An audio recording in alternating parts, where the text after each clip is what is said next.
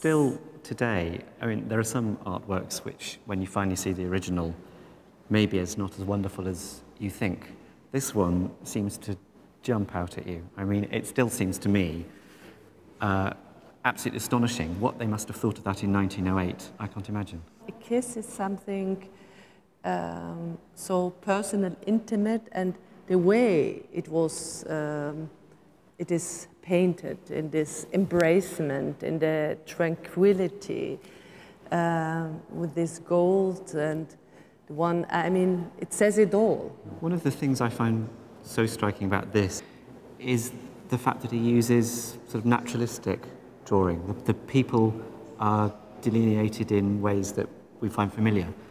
But then these abstract patterns take away all the perspective. Right, correct. And that, I'm thinking, I suppose, of musical parallels where you still got the expressive lines from the 19th century, the familiar things, as it were, but then this fascination with more abstract ideas.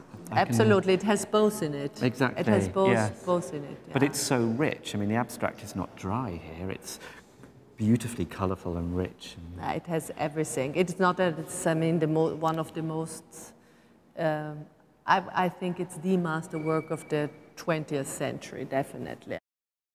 When you think about the face of the kiss over there, where she is in a harmony, and here she is, yeah, she has attention in herself. Yes. Yeah, it's not, although she embraces him, she's still also a little tense. And I think this is a very, very beautiful painting of a loving couple. But if you compare these two things, it's really powerful. Yeah, the line, the body. He was in the next generation and someone who did very much look up to Klimt as a mentor, as a father figure, as a model.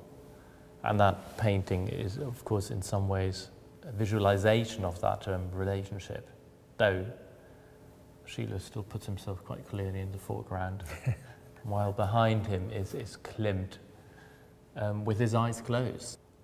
Klimt looks completely deranged in that picture. There's a lot of intensity in Schiele, but Klimt is kind of out of it. Yeah, he is. I mean, yeah, he's in the sense of could be almost like a death mask when he's in this funny, like a, you know, the wreath around his head as well. Subtle criticism of the older generation. Yeah, I don't know. They're no longer in touch. Possibly, but at the same time, I think Schiele was hugely a great admirer of Klimt as well. That we do know, and we know that he was mutually supportive. But we also know that he was a bit of a groupie and a pain in the neck. On the contrary to Klimt, Klimt was, you know, at the end of his life, he was a star. He was the artist. Like that. And this, I mean, this is also, you have to, for a spectator who looks, who wants to live with a painting, it's much, you need a lot of strength yourself to live with such a painting. Yeah. I'm so struck with the contrast between this and where we started with the Hans Mackart. Yeah. And we're talking 20, 30 years. Yeah. It's nothing, is it? Nothing. And a completely different world. A completely different world. The world changed. Totally, in all aspects. But also at that point, you have monarchy is finishing. Yes. The empire is falling apart.